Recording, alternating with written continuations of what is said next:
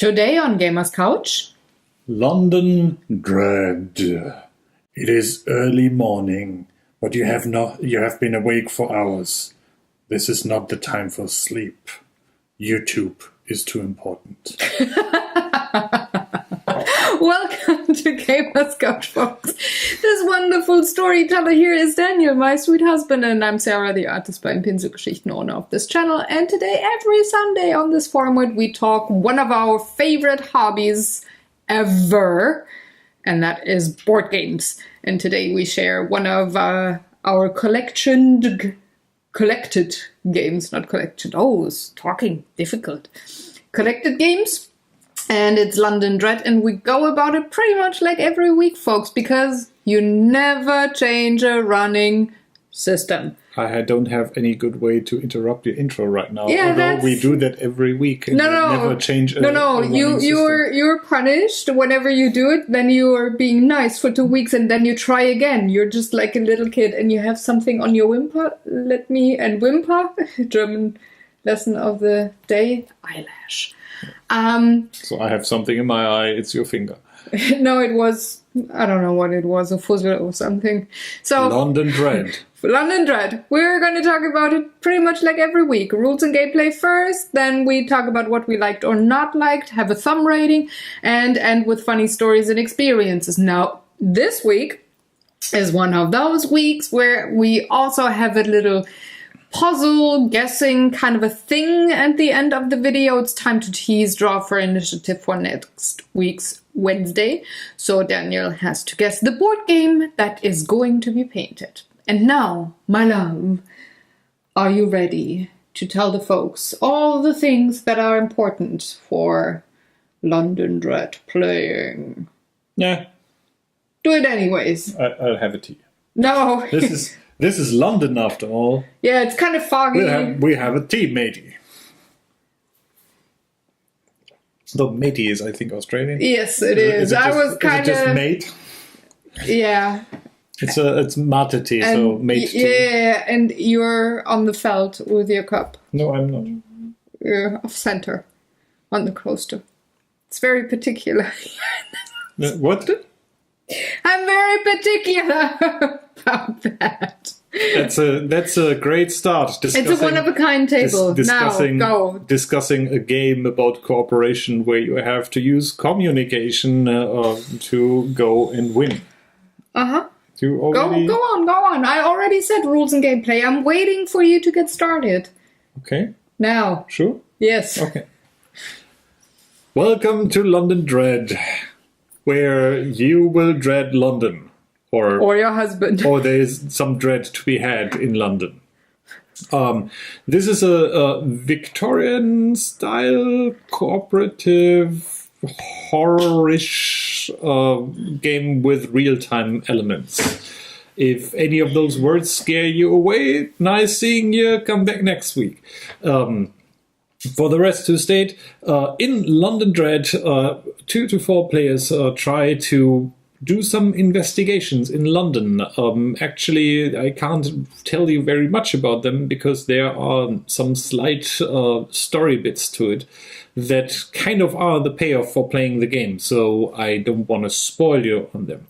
However, we will be good enough to, play the game or at least give you an idea. Since this is a real-time game, unlike, let's say, Zombie Escape from the City, whatever that was called. Was it Escape from Zombie City. Yeah.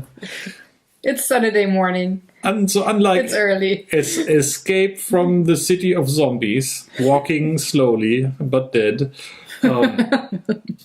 Here, this is a little bit kind of difficult to do. Also, you have some, again, story elements there that we don't want to spoil. So, what is this about? First of all, you get to pick a couple of characters. We have 2 here. I am Friedrich Stürmer, who is the soldier. And I'm Jacqueline Dugas. I'm the starlet. And we start in West London. So each of us has this little tableau with character abilities and traits. You will notice up here we have different kind of symbols which stand for different traits, which are our abilities. So, for example, the bull. The bull or the ox is for strength.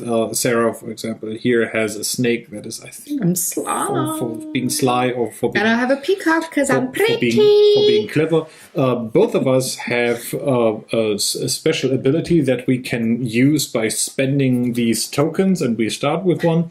And we have a personality deck, which are essentially just a couple of cards with more symbols on them, and there's an overview on this board here, which of these cards we have. All of us have 6 cards, and there's one bad apple, or card in this case, in the deck that is not so good. We'll get into that soon enough. We also start with an item. Items also give us symbols, and you might already guess that this may become important during the game.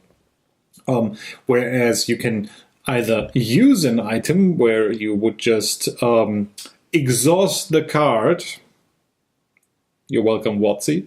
And then get the benefit here, or you'll deplete the card, which is essentially meaning you will discard the card and won't get it back for a slightly more. This is not powerful legacy. thing. Don't rip the card into. Yes. or four So pieces. the general idea is you either play 1 or 2 chapters depending on the story part, and during a chapter you have this wonderful board in front of you with a lot of cards that are turned face down. And this represents London, and London, as we all know, consists of essentially some streets in the middle, and then there's in each direction of the compass you can find north, east, south, and west. Some stuff you can look at, mostly murder and despair and dread London. So we start on the west part of London in the streets. I don't actually know why, but that's what the manual Go says. west. It's peaceful there. Yes. They said it. And then we have to coordinate going through that. Now, the difficult part about this is that you have 12 minutes real time doing all that. So someone will have a clock, or there's actually an app with some very moody music, which will remind you that you're in London and there's dread. And during that time phase, which is called the planning phase, you can turn over as many cards as you want, but then you have to deal with them. So that's a little push your luck or risk reward thing going there. But you won't get around turning over cards because there are some special cards under those. So when you start on this, you will set up a deck of cards. So let's say we are already in Western London, so we start turning over cards here. And since we're playing a 2-player game, there are also some positive cards here, like this ally, Quentin Dimes, who seems to be a big game hunter. Going forward, more allies. Let's see if I can actually find an evil thing. We have a grave robbery going here, which is a negative card. And again, this all happens while you're on the clock with a 12-minute timer. So everybody is starting to flip over cards and trying to do some things. The actual gameplay happens with this clock board that you have, where you will be programming 12 moves or up to 12 moves. I hope you can see that there's some spaces in here that fit nicely these little tokens that you can use to indicate where you will be going and what you will be doing. You might notice that each of these locations is numbered, so each direction has the numbers 1 to 6, so west 1 to 6, north 1 to 6, and so on. And you started the game with 12 tokens, 2 of each number, so 2 1s, 2 2s, and so on until 6, and the backside has these arrows or clock arrows on them. So let's say I want to try to recruit an ally, then I would take my number 6, since we are already in Western London, would place it on here. Actually, I want to place it on here where the day starts at 6 a.m. meaning that on the very first turn, after this in the resolution phase, I will go here and pick him up. Sarah, for example, could go to Hannibal Flicks and pick him up if she deems him useful. The other thing you can do is you can investigate these negative cards. So I could then say I want to go to 3 and want to take a look at the grave robbery, and then flicking all the things over here. Now, all these investigation cards have a couple of symbols on them and a number in the top left spot. Remember the symbols we have on our sheet? Well, the idea is that if you are on that card and have at your disposal enough symbols, in this case 4 or more of these types of symbols, you get to resolve the investigation successfully, meaning you can get rid of that card, and that'll be important soon enough. So looking at my character sheet, I always have the bull and 1 wild. The wild means you always have at least 1 matching symbol going there. So if I go to this card, I will already have 2 matches doing something. Let's see, my item will just give me a skull symbol, which is not useful there, or I could deplete this for 2 more wilds, which would actually be enough to get rid of the grave robbery. Another thing I can do, but we'll get to that in the planning phase, is use something called the investigation deck in order to draw cards and hope that I get the correct symbols randomly. But that's how you interact with these base cards that are essentially negative. These cards also have a number of skulls on them. In this case, the grave robbery has 5 skulls on them. Those are for the dread counter. Very up here on the board, there's a dread counter that goes up to 50, sort of. Well, 49, because 50 means you kind of lost the game. And each skull in the game will up the dread counter after a chapter. So once this time thing is over, you will go through and count the amount of skulls. And these not turned over cards already have 2 skulls on them. So you would advance this for 2 for every card that has not been turned over. Which is unfortunate if the card is an ally, which allies don't add dread to the entire thing, so they are positive for you to turn over. But then again, if you have these investigation targets, this one generates 5 dread, so you kind of want to get rid of that card entirely and solve that to avoid having too much dread. As I said, get up to 50, you lose the game there, or actually the game gets more difficult later on in the end game the more dread you have. So in general, you don't want to have a lot of dread. So if you want to go to another space, so let's say I want to go north, east, or south, I can do so by flipping over one of my tiles to those arrowheads and just putting it in here so that it points in the direction I want to go to. So this would mean I would then go to the northern streets, and then if I play another 3, let's say I would go to this 3rd location. Actually, let's turn this over. Rupert and Archibald as another ally I could find there. Let's see if I can find one of the more important cards. So these are all very negative. We don't want to see the Madman, the Black Widow, or digging up the past.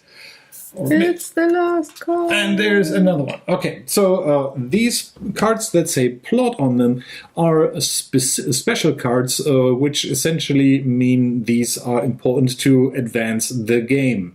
In fact, you will have to find all the plot cards of the chapter or story you're playing in order to continue playing. If you don't manage to do that, again, you lose the game. There's actually the last card is saying, if you don't find me, tough luck for you. So the thing is, whenever you turn over one of these plot cards, you put this away and put in the top card of the plot deck or the story deck. Up here we have, this is our main antagonist, so this is the thing we have to beat in the end game after we've done, we have finished all the investigation stuff. And the investigation stuff so far means we have these story cards here that we have to find. Story cards are labeled with letters. I think it's. I don't A, know. B, C, D, E. I don't know if it's always A to E because I haven't had a look at all the stories, but they are kind of sorted by letters, and that's how you have to solve them. You cannot go to B before solving A. And going here, these cards work a little bit differently. First of all, they have a time code up here. So this corresponds with our clock. And this says you have to get there somewhere here in the morning or up until noon. Others force you to go there in the afternoon or at midnight. Once you get there, again, you'll find symbols again. In this case, I have the line and the wildwood help me there. But the way dealing with those story events later on is a little bit different. Instead of just getting enough points to solve this successfully, each point that you get generates you one of these dice. And for each, you have a 1/3 chance to drop them. You also have a 1/3 chance to roll a success. And for each success you roll, something happens down here, which in this case, if you have just one success or less, everybody becomes unhinged. There are two conditions you can get. You can become injured or unhinged, which are naturally not really useful. Actually terrible. But if you have 2 or more successes, you are at least in the clear. If you have 3 or more successes, you gain a random item. And if you have even more, so if you have 4 and going on for each additional success, you gain something called a confidence card, which is a specific type of card. They look like these, so kind of similar to what you see here from these cards, but you don't solve them. Those go onto the investigation deck and then would help you out by generating these icons that you might need for other investigations or stuff. Once you have that's a plot card. I'll go through the resolution phase, so to speak, after this.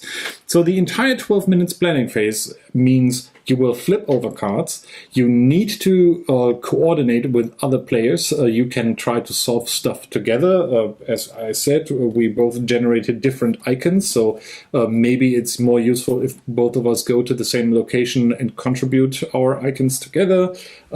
The game comes with a lot of tokens that you can use to mark certain areas, saying, hey, I can go there and clear this. So you have that as a reminder to while chatting with the other players. And everybody starts filling in their clock until either the 12 minutes are over or you decide that you're done, which then starts the resolution phase. In the resolution phase, you start at 6 a.m. in the morning and then we'll go through each step on the clock and every player will do what they kind of programmed in. As I said, picking up allies is quite easy. You would just go there and then pick up the card, put it next to your character sheet, and allies generate additional icons for you permanently, at least for this chapter. Then you can hopefully more easily solve 1 or 2 of those investigation things. As I said, these things here are rather simple. You just go there, and if you have enough icons to generate this amount of icons, or successes for, you are good. These here, you go there, you need these icons to generate dice, roll the dice, and how many successes you have then reveals what happens. And in that, you will then turn over the card. There's a little bit of fluff text, and there's a kind of a little sentence there that describes how the successes you've rolled affect the outcome of this entire thing, in addition to what you're getting from the front. During the planning phase, you also have these markers available here that are just additional markers that allow you to go to certain things multiple times. So let's assume you need to go to number 1 3 times because there are maybe 3 plot cards here, which there are sadly not, but there's one here. So let's say you already spent 2 of your 1 tokens on other places, and now you need to go to 1 a third time. That's where these come in. You can pick them up either use the number or the arrowhead. But as you see, this reveals another skull, so another source of dread that will go up. So they are quite costly to do that. Another thing you can do if you are doing investigation stuff is, let's say I go to the grave robbery, I have 2 successes, I'm missing 2 successes. What I could do is then draw cards from the investigation deck, this is the thing over here, and hopes that I uncover more icons that are useful. In this case, not useful at all. This would be actually very useful for this one because it has the owl and the technology gear thing. So this would generate me 2 additional successes. But these cards are spent, so that's not that great. However, if you conclude an investigation correctly, these cards go onto the investigation deck. They will become more important in the end game because there they have the kind of same function as these confidence cards, and will help you out solving the end game kind of stuff. There's also items here in the supply, and there's cards that reference that and allow you to get more stuff. Sometimes you draw a random item from the deck, or you get one from the supply, and you would fill that up again. So that's kind of what a chapter has. You have the 12-minute planning phase, then you just go through your 12 actions, or how many there are. It hopes that you solve as many investigations as you can, while also making sure that you are at every plot card that comes out, so that you can advance into the next chapter. And after that, you count up how much dread is generated. That moves this little guy up here. Let's say after this we ended up with 30 dread, which is quite a lot already. And you go on. Now, if you, for the very first scenario that only has one chapter, you would then go directly to the end game. For the other ones, you have another chapter coming after that. End game is kind of a special case. End game is not timed. For the end game, you would, first of all, you clear up the board anyways, but for the end game, you get confidence cards for allies you have collected. So that's just a stack here of cards that will go and provide additional symbols going in there. Then every player gets a die. In a 2-player game, everybody gets 2 dice onto their character sheet. And the cards you still have in your investigation deck, which are confidence cards plus whatever locations you have, you would shuffle them and then evenly distribute them between players as best as possible. And now they are, so to speak, on your hand, and you can play them to have these symbols work out for you. The antagonist, in this case, the pagan ritual, goes onto the antagonist space. Gee, let us clean up. Clean house in London. That's how you clean the streets from the filth and the plot cards. So in this case, the investigators go down here. So this is kind of a special track that keeps going on. And I hope I'm not spoiling that too much for you, but... this is the introductory story that you get with the game, so I think we're good. Yes, I'm purposefully not doing any of the story stuff. So if you're playing with the app, now you would have a voice tell you what just happened and what's going on and how you got to deal with that. If you don't have something that plays apps, there's a storybook in there that allows you to do that with a funny voice like I just did in the intro. Actually, I read a very small piece from that. And now you have to kind of get through a couple of challenges and try to win dice to beat the boss, so to speak. So in the end, we will have a pagan ritual. This also tells us that during these challenges, every of these donkey skulls is worth a wild. So that is actually something we knew beforehand because the antagonist card is open, which also might inform what cards you want to start collecting, because you already know that these are very powerful during the end game. Now, in the end game, first you will kind of decide who will go and perform a challenge. So you get to decide, do you want to bow out or are you still in the game? And obviously the more investigation cards you have on hand, or the better you are equipped with items and so on, you better can keep going on. So you will start revealing challenges, and challenges are again, same mechanism. You need symbols, in this case, to generate as many successes. The difference here is, although we are together in the end game, these challenges have to be dealt with individually, so each player has to get them. For that, you can use your items, and as long as you use them, they will start refreshing in between. You can play these cards from hand to generate the icons. So, for example, my guy is already having a bull on here and a wild, so I have 2 successes.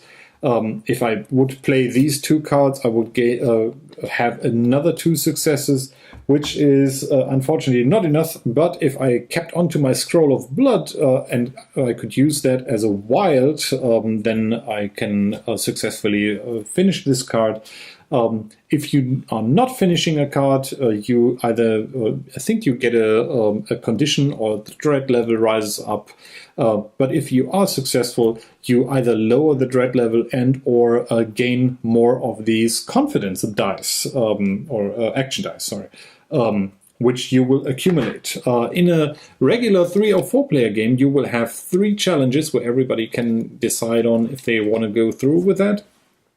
And in a 2-player game, you actually have 6 challenges where you can decide if you want to go through that, and that is kind of important, because otherwise you will have a tough time generating enough dice to finish the game. Because after you went through the challenges, there's the final showdown, the big roll-off, where all the dice you've generated through beating these challenges will then be rolled.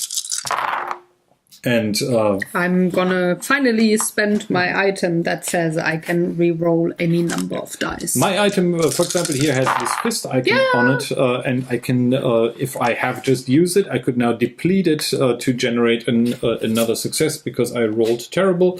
I have 5. And that with mine, that would be a 6 success. Unfortunately, now you are asking, how many do you need? Well, that depends on the dread level. The 30 dread says we would need 7 successes at the end to survive the entire thing and to succeed. So we just did not make it quite. That's a dread. Quite through. But that is kind of the game. There's only these 2 different types of investigations: the regular cards where you just need the symbols, or the plot cards where you actually need to roll dice to generate successes. And then the entire second phase of the game, where you have this end game thing, where you also try to go through challenges to generate dice and then roll them off in the end to get through the suggested dread success amount. Very well said. That was wonderful. I almost bit my tongue doing that, because don't do that, it hurts. Yes. But that moves us, once you have said name and time, not name, age and time. London Dread, Sarah, Daniel. I've said all the names. Actually, I forgot if it says, or where it says time. Not on here, no. In the lower. Not on there.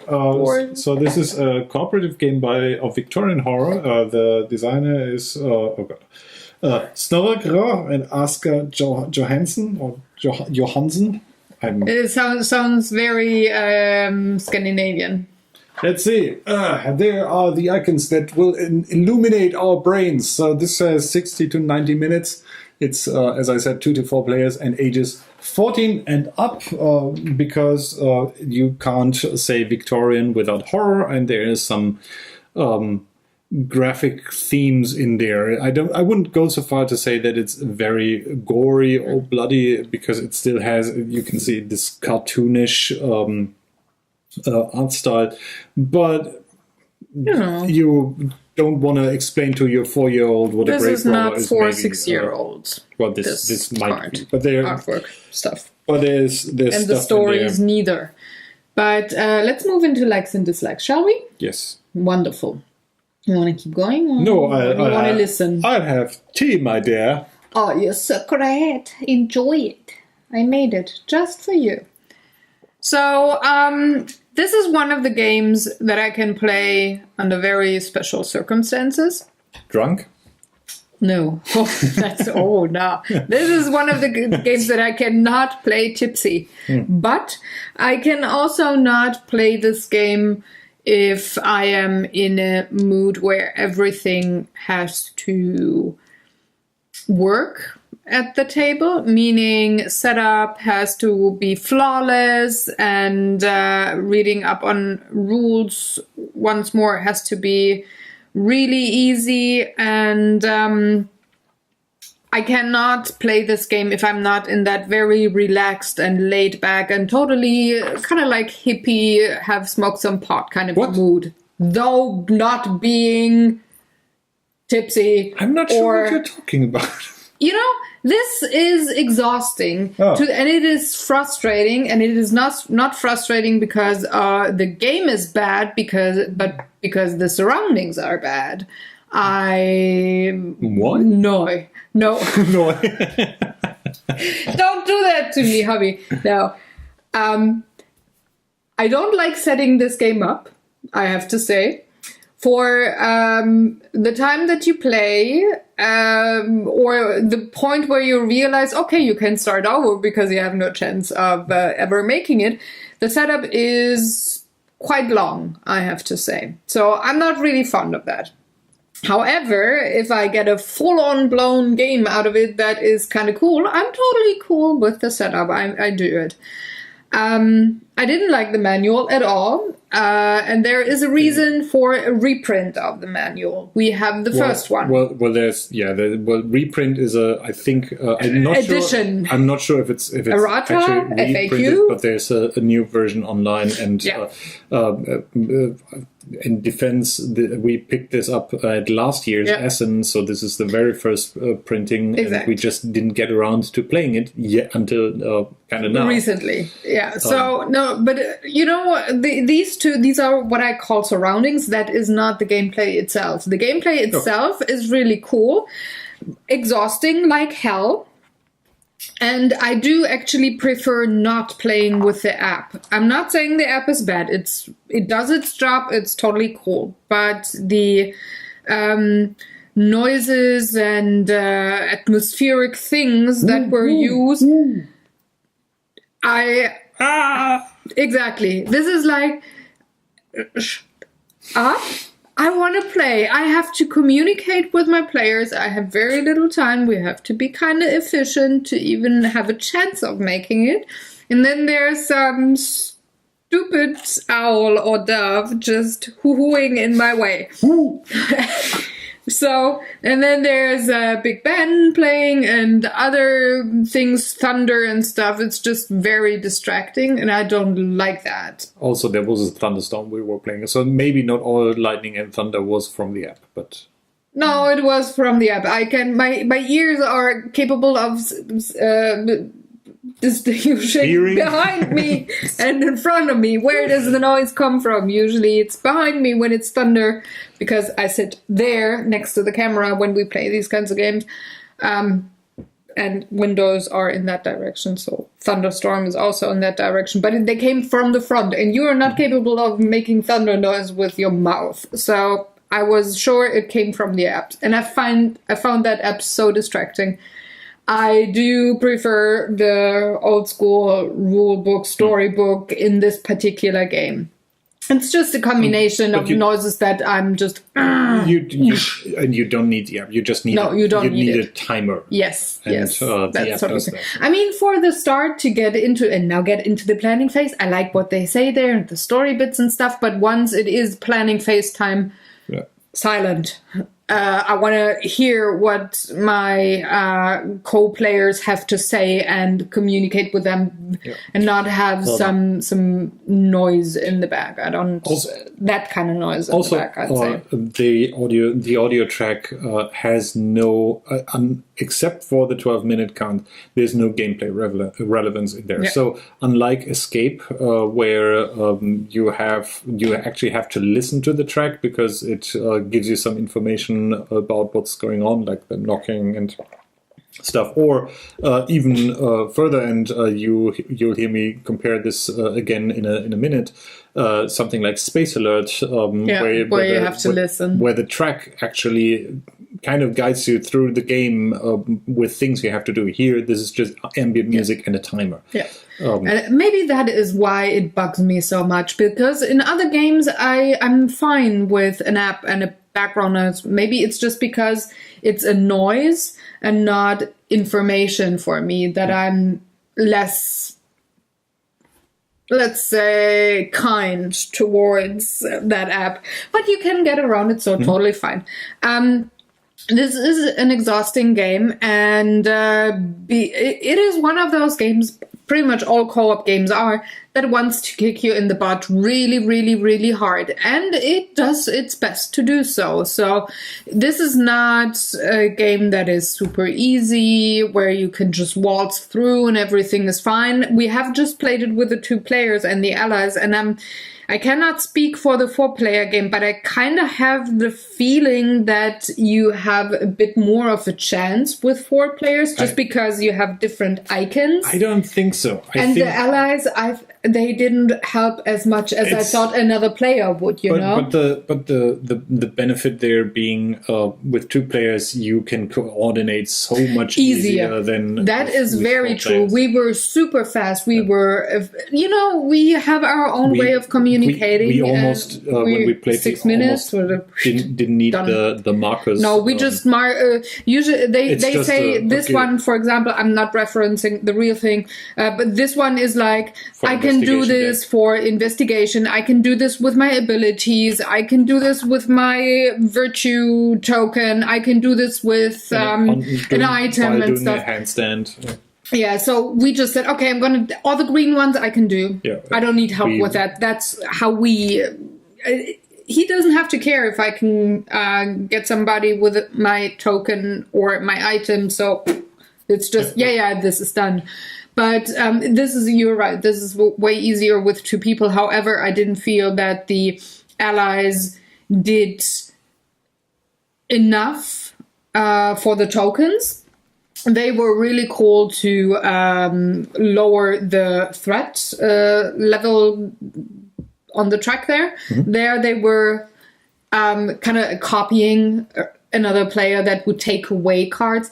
But for fighting people and for getting over challenges there, I didn't feel that the allies were as helpful as another player, just because the player has more icons at their disposal than an ally has with 1, maybe 2 tokens there. So I'm wondering if this might be a little easier with 4 players than it was with 2 in regards to beating the crap out of those vicious people that you come across in London streets. I do like the clock a lot. I like the system with the tokens, and you go around the clock. That was really a nice game mechanic thing. I do like that as well as the I do like the theme in that this tries to evoke with the co-op nature, going up against some evil thing, working together, some invisible bad, and in the monstrous evil. In the same, actually, it's like this gothic Victorian horror, but it's not necessarily Lovecraft horror, at least from what we've seen so far. So we're not through the whole game, so we still have story bits to discover. So far, no tentacles. I actually don't like to do this, but in comparing to other games, this is almost as if someone had played Space Alert. decided that he really likes the programming aspect of that, and also played Ghost Stories and likes the you have to go through to different locations and have the matching symbol to generate enough to get rid of the card, so to speak, and deal with whatever is around you. Only that here they are kind of immediately out there, and then a little bit of push your luck, but kind of the dice rolling color matching thing from Ghost Stories, although that's all with dice, but kind of in that area while doing that with a programming game. And yeah, it's a nice combo. I think that's one of the problems I have or see with the game, because I think the theme is not working for these gameplay mechanics. Reasoning is Space Alert is a great game, and I would say so are other programming games like Max vs. Minions or Lords of Xidit, because they are a little bit wacky. And if you program something and something goes haywire, everybody's having a laugh at well, we tried really hard to do that. Room service is another one in these realms. And then everything is terrible. Here it is to the point that you are frustrated. You have only laugh, frustrated, and here it is frustration. While also, if I'm playing a programming game, I kind of want to have.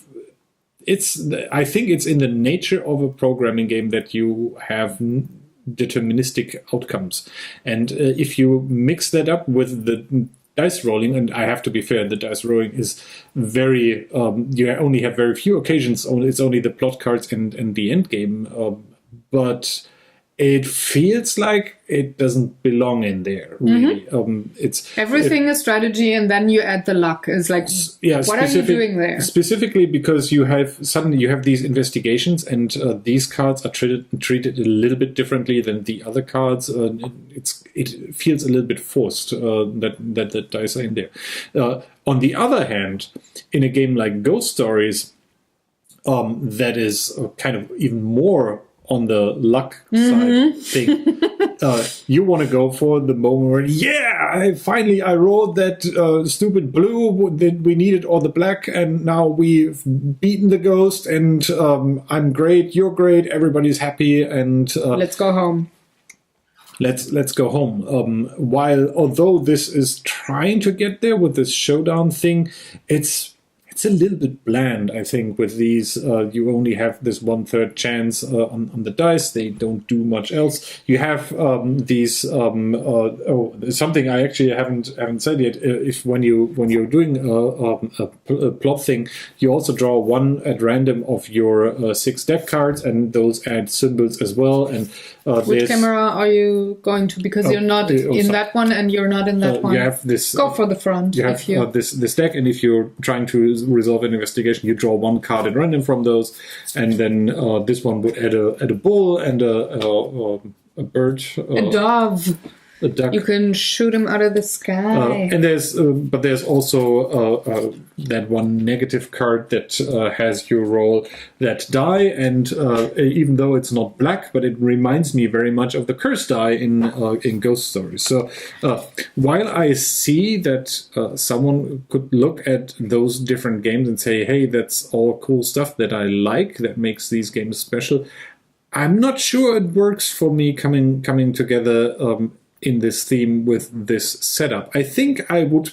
like to play this game, even with the same mechanisms, maybe with a little different theme and or some other thing that makes things going haywire a little bit more interesting. And then again, Space Alert really goes into that direction by technically having you put down your programming so that nobody can really see what you did. You just have to trust that your communication skills were good enough to make that. And here you can always see. Thing.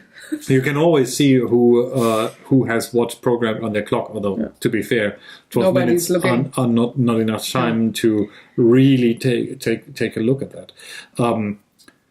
Which is a little bit sad. Then again, you have the talking about theme. you have the story aspects of this game, and it's not enough to convince me to ever replay this if I wanted to, because you kind of the story bits are your payoff, and they're not very much. There's it's very, in comparison to the Dread that we had before, they're not as. Let's talk about another cooperative horror game with story bits, which would be something like Mansions of Madness, specifically second edition. There you have also a little bit of story bits, a little bit of randomness, but enough for you to kind of generate a story where you have people like, and that one day I went into the kitchen, I found something I was not expecting, and you still keep talking about this.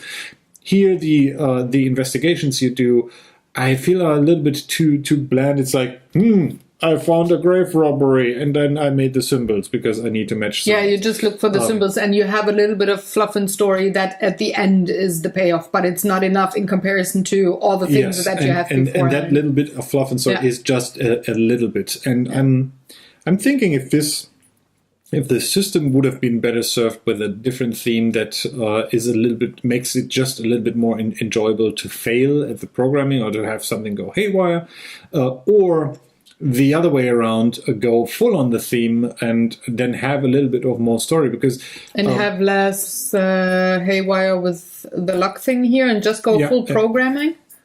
Maybe or maybe get rid of the real time, or maybe I'm too short-sighted in comparison. I know where you're coming from, because I have the same gut feeling, but I cannot pinpoint. I said I don't like the surroundings. I like the mechanics themselves, but I have to be in the mood, and that means that I cannot play it whenever you ask me to.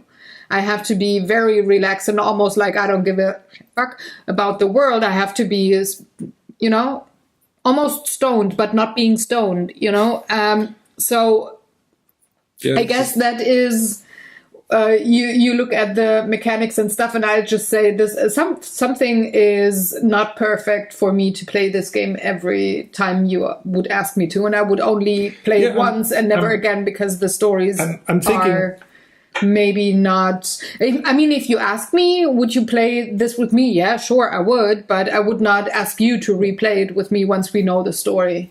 Yeah, that's. I'm not sure if it's that the story is there at all, because I'm thinking just now. For example, I like going back playing Ghost Stories. You have to, because it's my favorite game. and Ghost Stories has no story at all. What? I mean, it's just it's essentially, you could say that if you would pre-deals the ghost cards face down and then reveal ghosts in real time face up, and then you try to do that in an order programming way, you could probably do a similar game with that, because Antoine, please get at it. But I think that again also wouldn't be necessarily an enjoyable game, because in Ghost Stories, I think what is enjoyable is the moment to moment you draw a card and now you have to deal with it, and then next player and you go, not my problem. Well, it's kind of still your problem because it's cooperative, but it's this ongoing stream of desperation and terrible things. And you always have like a roller coaster with your emotions, like anxiety, and then I made it. Exactly, and that curve, you're always going this challenge, and then we made it, and then next one draws to the next one, and again anxiety, and then so it's like this wave is maybe what is the attraction that we have with Ghost Stories. And you can take your time. It's at your own pace. Here, it's like this, and now we reveal as many cards as we want to have to get at least the plot cards out in hopes that then we can kind of... well, you could actually... I mean, this was something... Sorry for interrupting, because you're just saying that you could actually say from the get-go, we're going to turn all the cards, so why would you even have them I'm pretty face sure, down? Well, I'm pretty sure there's a good answer for that.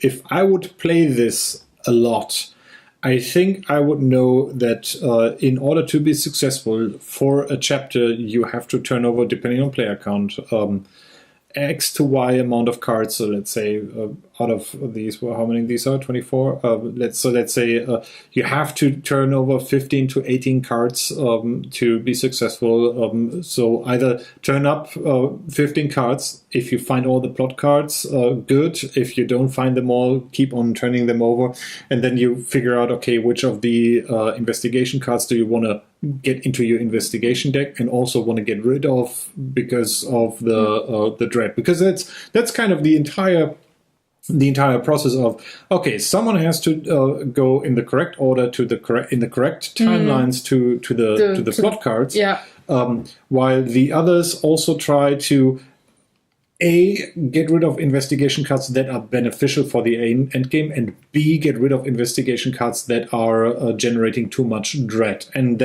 most of them generate too much dread. And for the rest of the game, you would keep them. That's why you would keep them turnover, because 2 dread is still less. Yeah, I mean, with the 2 players, we could say from the get-go, we're gonna turn them all, and we want all the allies face up, because they are pretty much wild or empty cards. We are not going to take them. We're just going to leave them to have the dread level low. But we could have that agreed on before we even start the timer.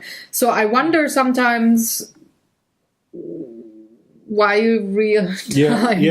Why? I mean, I get it. You have to be it's a horror game, they say. So horror is also, you're under pressure, and there's anxiety at the table, and am I going to make it? But it is more, in this case, it doesn't. I mean, if you wouldn't have, it's more frustration with me than anxiety. Actually. If you take the timer out, you turn this essentially into a puzzle, because then maybe maybe I would like it a little bit more. It's always about finding the optimal solution to proceeding, but with the timer, you are kind of forced to sometimes go with it.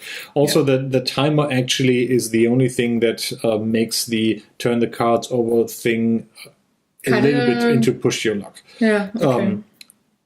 But actually, that for me, even though me saying push your luck, I think it doesn't feel like it. No, it's more very much, because if you're playing with 4 players, it's almost guaranteed that all cards are negative in one way or another. They usually all generate. You don't get the allies. You just get them with 2 or 3 players. So it's either plot or dread. Yeah, and dread is negative. And it's all about the program execution. I mean, I said you roll the dice for the story events, but as long as as someone is there and deals with the card, that's fine. Even if you fail, you're getting a condition, but even failing a card is still fine, because the worst that happens is that it generates dread and gives you a condition.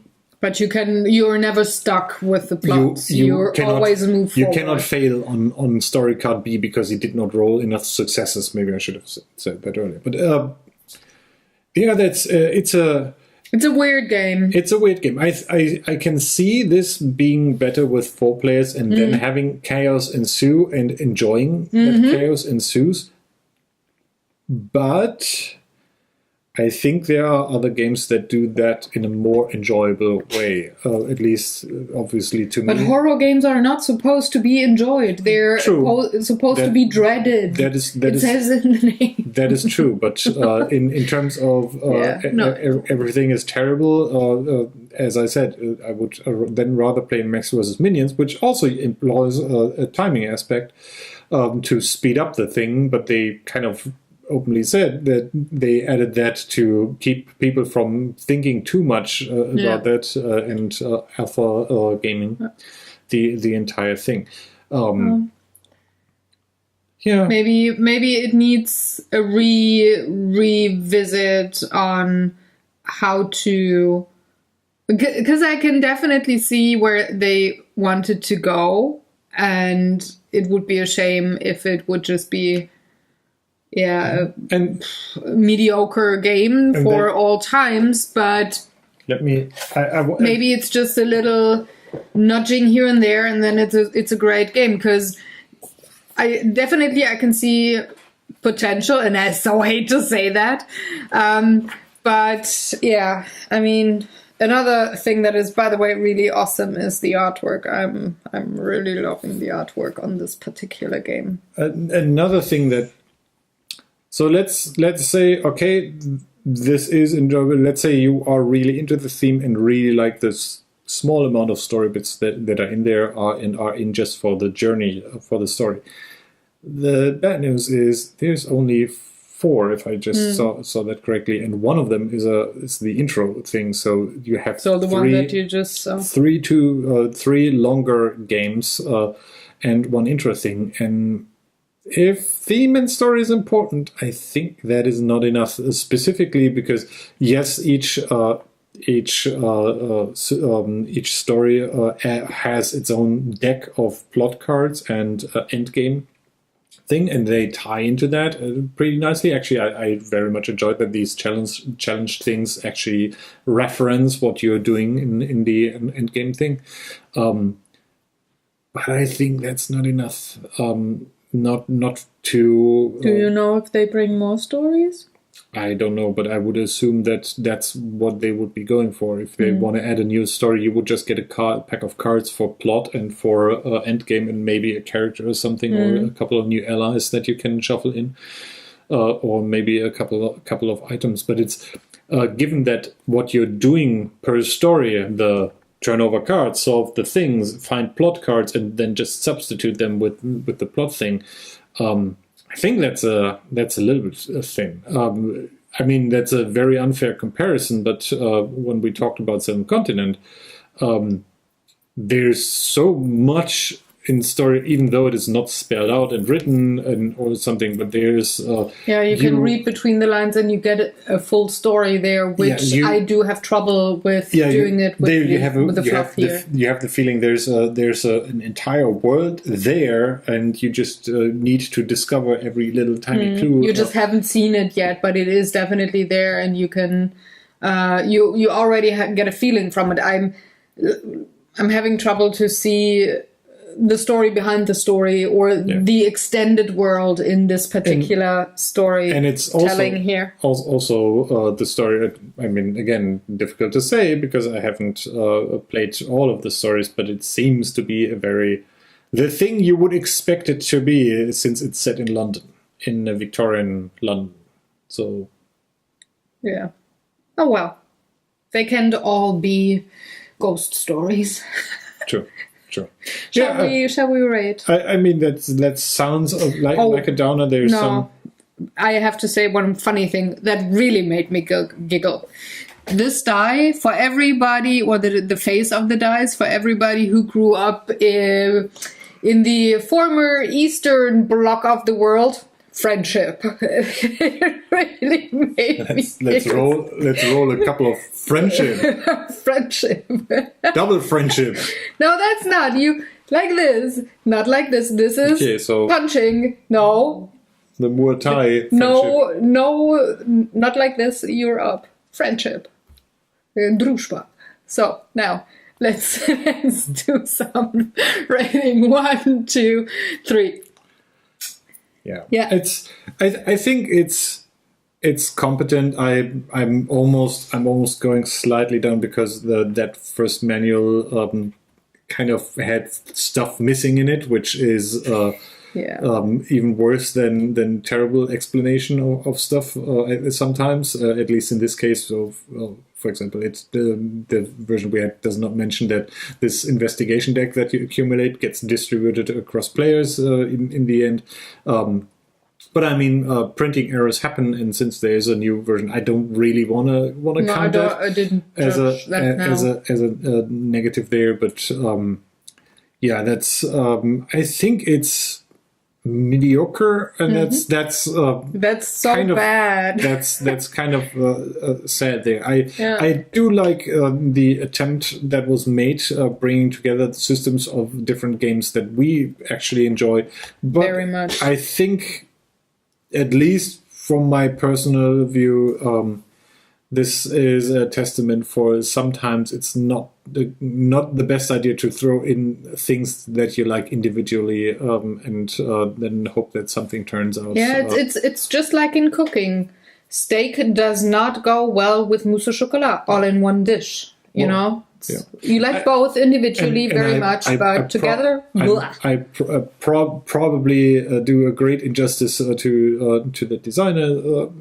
No, you know, because they probably did not have the same thought process that this game evokes me talking about. Exactly. This. It could be that they never played something like Ghost Stories or Space Alert, but there's these elements in there that I like of the others, and it doesn't really work for me in this one. I think it can be reworked.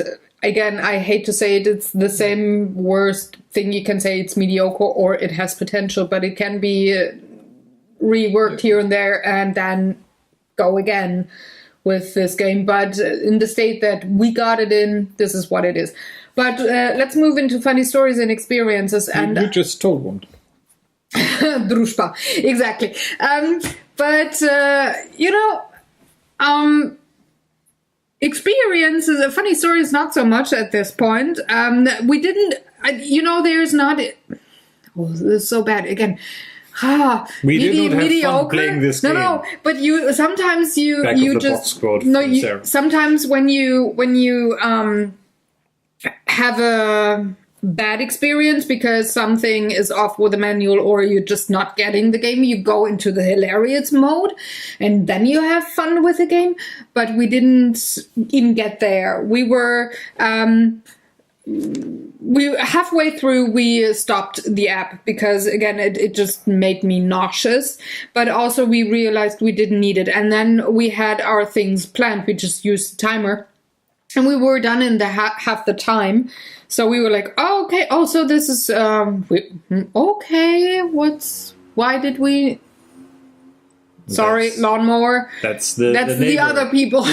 Yes, we don't live in the woods, but we were kind of like, okay, we had that much time to spare. Okay, so maybe we did something wrong, and no, we didn't. But we got the whack with a baseball bat with a high dread track that we had in the end. So post game, we actually figured we went into mathematician mode and we dissected the game. Meaning, okay, if we had done this, what would that have done to our dread level? So we were talking about the mechanics and the meat behind the game actually, and that was something that we don't do with very many games. But it was not trying to figure out, how does it do that great thing? But it's more like, okay, so why do we have to do that? Okay, where is that? So it was very puzzly. So I think I would have liked this game as a puzzle game. But anyways, it was more. I mean, you really like games like Legends of Andor, and I do, and that would be this without a timer. Yes, I don't. Maybe I will. Can we go with the next chapter and take out the timer and see if we like playing it better without the timer? It could also be that we playing this with 4, we find this hilarious and different. Yes, very much so. I think I know myself good enough to know. Probably not. So then we have to play it drunk. Let's see what's going on then. I think maybe the horror genre isn't too bad if this is the summer horror movie of the year that is trashy. I'm referring to movies there. That is this trashy movie that is fun to watch with others in a cinema. So something like a scary movie kind of thing? You probably won't be rewatching it or buying it. So I think this is that in a board game version. If you maybe get to play it with a group because it's out or someone has it, go for the ride. But it might not be something that you want to play every weekend in your collection for playing it multiple times. I mean, I would be very hard pressed playing the story events more than once each. Yeah. So I want to try the next chapter that we do have the next story. I want to try and play it with you without the timer and see if we like the Endorian way of London Dread maybe a little bit better. Who knows? But for now, I think that is all with the experiences. At least I don't remember anything else. I think we were terrible enough to the game. Yeah, I feel bad because I don't want to be, but I don't. It really makes me more sad if I have something to say that kind of irks me or disappoints me, because I was really looking forward to this, because I do like the Victorian thing. There are not a lot of horror games that get horror very well. And not be cliche about it. Yes. So, but there's...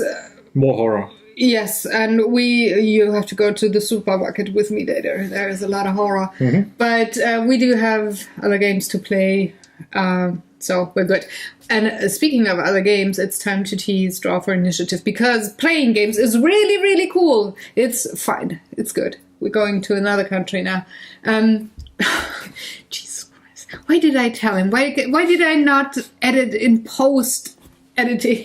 I have a kid at home, not a grown man. I want to now make a... Yes, so don't interrupt me, please, with your funny things. You can make the double draw spot. I know the Da Vinci, the God's finger thing with the He's so friendship. No, but for real now. You had enough time to think about it. I know what I want to say. I'm just distracted by you. Okay. Stop it. I was trying to play on time for you so that you have time to think. Okay. Shut your beautiful mouth and then we're good. So, it's not only great to play games, but it's also fun to paint your experiences with those board games. And next week, there's going to be paintings for experiences that we had with a competitive game that we also bought last year at Spiel. And you have to pay attention to your surroundings and really have a good look at how to create your path of education. And sometimes when you make mistakes, you just gotta brush aside the experience and just move forward. You will be rewarded.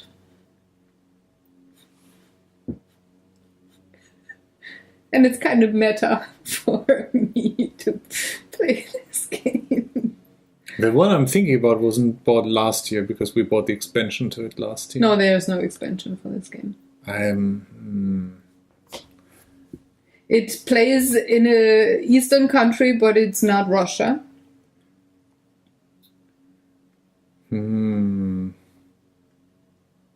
That might be a game that involves a lot of beer. At least to my memory, it travels there. No. To the city that it represents. Mm-mm. Are you sure? Yes, there's no city to represent. Yeah. I was thinking about a game where you have to rebuild or build a city that is taking place in a particular city. No. Okay, that's not. No, you got to pay attention to your surroundings and really look at them before you go on your educational journey path of creating something with what you saw. And sometimes you got to brush off your mistakes and just move on, and you will be rewarded. And it plays on the eastern part of the world. Now, come on.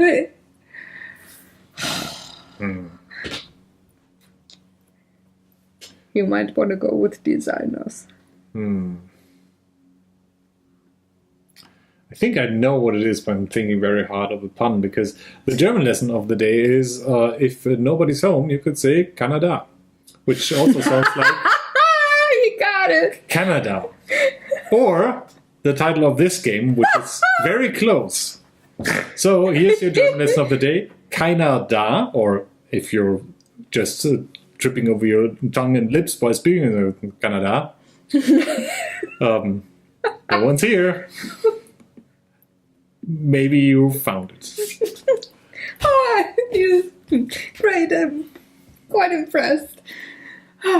So tune in next Wednesday, 9 a.m. CET. The video will be up for you to see of the game that we just cryptically mentioned. If you have a guess... I think I painted a pretty good picture of the game. No, I did.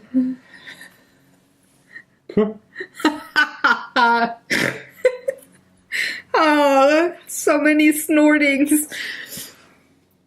If you have a guess on what the game is, or if you have comments and questions regarding London Dread, leave it in the comment section below, and we'll get back to you there. If you want to see us again, make sure that you have hit that subscribe button and the bell button. The like button. So that you're notified when the next video will be released. And we're going to see you on this chair, table, couch next Sunday with a new game. And yes, if you liked our ramblings, hit the drushba button, not a friendship button. Oh my god. Oh man. Hit the like button, folks. Have a great weekend. We're gonna see you. Bye. Bye. Drushba. Oh.